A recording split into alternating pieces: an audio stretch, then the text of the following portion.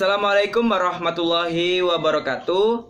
Perkenalkan, di sini saya Aditya Febriansa. Saya dari jurusan Pendidikan Agama Islam NPM 1901012001.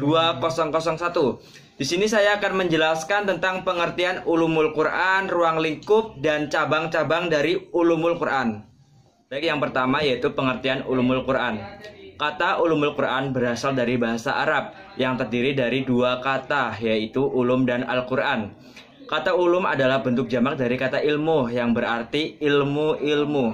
Kata ilmu yang didasarkan pada kata Al-Quran telah memberikan pengertian bahwa ilmu ini merupakan kesimpulan sejumlah ilmu yang berhubungan dengan Al-Quran, baik dari segi keberadaannya sebagai Al-Quran maupun dari segi pemahaman terhadap petunjuk yang terkandung di dalamnya.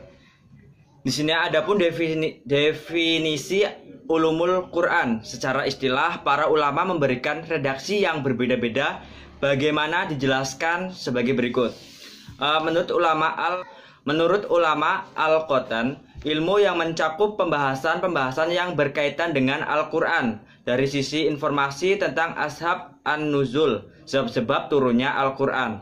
Yang kedua menurut Az-Zarqani, beberapa pembahasan yang berkaitan dengan Al-Quran dari sisi turunnya urutan penulisan dan kodifikasi, cara membaca, kemukjizatan, dan lain sebagainya. Di sini ada yang ketiga menurut Abu Syahbah, sebuah ilmu yang memiliki banyak objek pembahasan yang berhubungan dengan Al-Quran, mulai proses penurunannya, urutan penulisan, kodifikasi secara bahasa dan penafsiran. Yang B ini ada ruang lingkup pembahasan ulumul Quran. Berkenaan dengan persoalan ini, Muhammad Hasbi Asy-Syidik berpendapat bahwa ruang lingkup pembahasan ulumul Quran terdiri atas 6 hal pokok, yaitu yang pertama, waktu dan tempat turunnya Al-Quran. Yang kedua, sebab-sebab turunnya Al-Quran. Yang ketiga, sejarah turunnya Al-Quran. Yang selanjutnya, persoalan sanad, rangkaian, dan riwayat. Selanjutnya, riwayat mukhtar, riwayat ahad, riwayat syad, dan macam-macam qiraat Nabi. Cara penyebaran riwayat, persoalan qiraat, cara pembacaan dalam Al-Quran, cara menilai ibtidah, imalah, dan macam yang dipanjangkan yaitu mat, peringatan bacaan hamzah. Dan yang selanjutnya yaitu materi tentang cabang-cabang atau pokok pembahasan ulumul Quran. Nah, di sini ada ilmu mawatin al-nuzul, ilmu yang menerapkan tempat-tempat turunnya ayat, masanya, awalnya, dan akhirnya. Yang B ini ilmu tawarqih al-nuzul, ilmu ini menjelaskan masa turunnya ayat dan urutan turunnya satu persatu dari pemulaan sampai akhirnya, serta urutan turun suruh dengan sempurna. Yang keempat ini ada ilmu qiraat. Ilmu ini menerangkan bentuk-bentuk bacaan Al-Quran yang telah diterima dari Rasulullah SAW. Ada 10 riwayat qiraat yang sah dan beberapa macam pula yang tidak sah. Yang kelima ini ilmu tajwid. Ilmu ini menerangkan cara baca Al-Quran dengan baik. Ilmu ini menerangkan di mana tempat memulai berhentinya bacaan panjang dan pendek dan bagiannya. Dan yang keenam ini ada ilmu gharib Al-Quran. Ilmu ini menerangkan makna kata-kata yang ganjil dan tidak berpendapat dalam kamus-kamus bahasa Arab yang bisa atau tidak mendapatkan dalam percakapan sehari-hari. Baik, yang D ini materi selanjutnya ini ada perkembangan ulumul Quran. Yang pertama ada fase sebelum kodifikasi. Yang maksud pada fase sebelum kodifikasi, ulumul Quran kurang lebih sudah merupakan benih yang kemunculannya sangat dirasakan semenjak Nabi masih ada. Hal ini ditandai dengan kegeriahan para sahabat untuk mempelajari Al-Quran, memahami Al-Quran dengan sungguh-sungguh. Yang fase kedua ini, untuk fase yang kedua, fase kodifikasi. Pada fase sebelumnya, kodifikasi ulumul Quran, juga ilmu Al-Quran, juga ilmu-ilmu lainnya sebelum dikodifikasikan dalam bentuk kitab atau mushaf. Satu-satunya yang sudah dikodifikasikan saat ini hanyalah Al-Quran. Fenomena itu diurus. Di sini ada perkembangan ulumul Quran. Ada perkembangan ulumul Quran abad kedua Hijriah tentang masa penyusunan ilmu-ilmu agama yang dimulai sejak pemulaan abad kedua Hijriah. Para ulama memberikan prioritas atas penyusunan tafsir, sebab tafsir merupakan induk ulumul Quran. Di antaranya ulama abad kedua Hijriah yang menyusun tafsir adalah Syubah al-Hijj, yang kedua Sufyan bin Uyainah, yang ketiga Sufyan Ats-Syuri, yang kelima Waqi bin Al-Jar, yang keenam Mutakil bin Sulaiman, yang terakhir ini ada Ibnu Jaril At-Tabairi.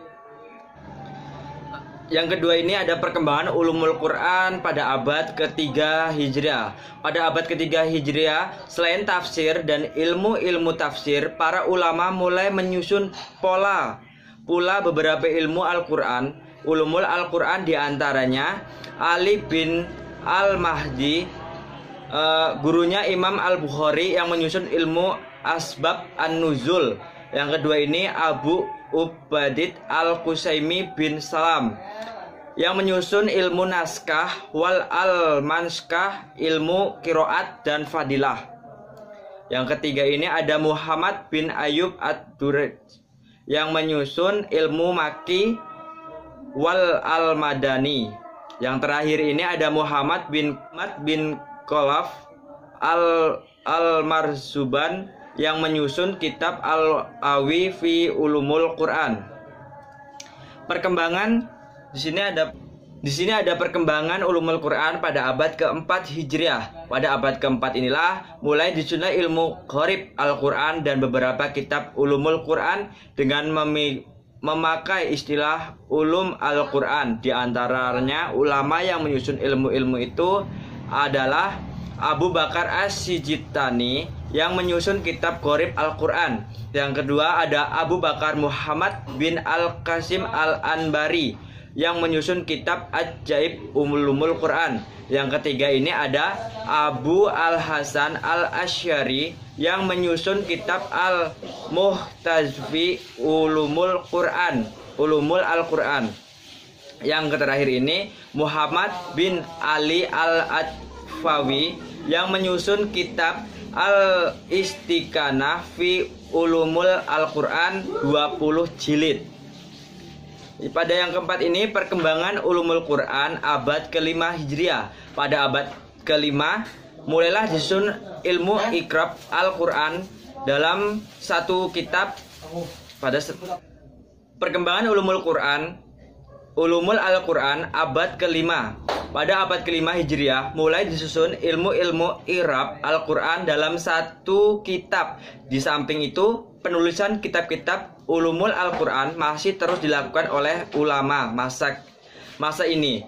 Di antaranya ulama-ulama yang berjasa dalam pengembangan ulumul Al-Quran pada masa ini. Perkembangan ulumul Quran pada abad ke-7 ke-6 ding. Perkembangan ulumul Quran pada abad ke-6. Pada abad ke-6 Hijriah, di samping terdapat ulama yang meneruskan pengembangan ulumul Al-Quran, juga dapat ulama yang mulai menyusun ilmu mubhamat Al-Quran. Selanjutnya perkembangan ulumul Al-Quran pada abad ke-7. Pada abad ke-7 ini ilmu-ilmu Al-Quran terus berkembang dengan mulai tersusunnya ilmu-ilmu majaz Al-Quran dan ilmu kiroat. Selanjutnya pada abad ke-8 perkembangan ulumul Al-Quran. Pada abad ke-8 ini muncullah beberapa ulama yang menyusun ilmu-ilmu baru tentang Al-Quran. Perkembangan ulumul Al-Quran pada abad ke-8. Pada abad ke-8 Hijriah muncullah beberapa ulama yang menyusun ilmu-ilmu baru tentang Al-Quran. Sedangkan penulisan kitab-kitab tentang ulum. Di sini ada perkembangan ulumul Al-Quran pada abad ke-9 dan ke-10.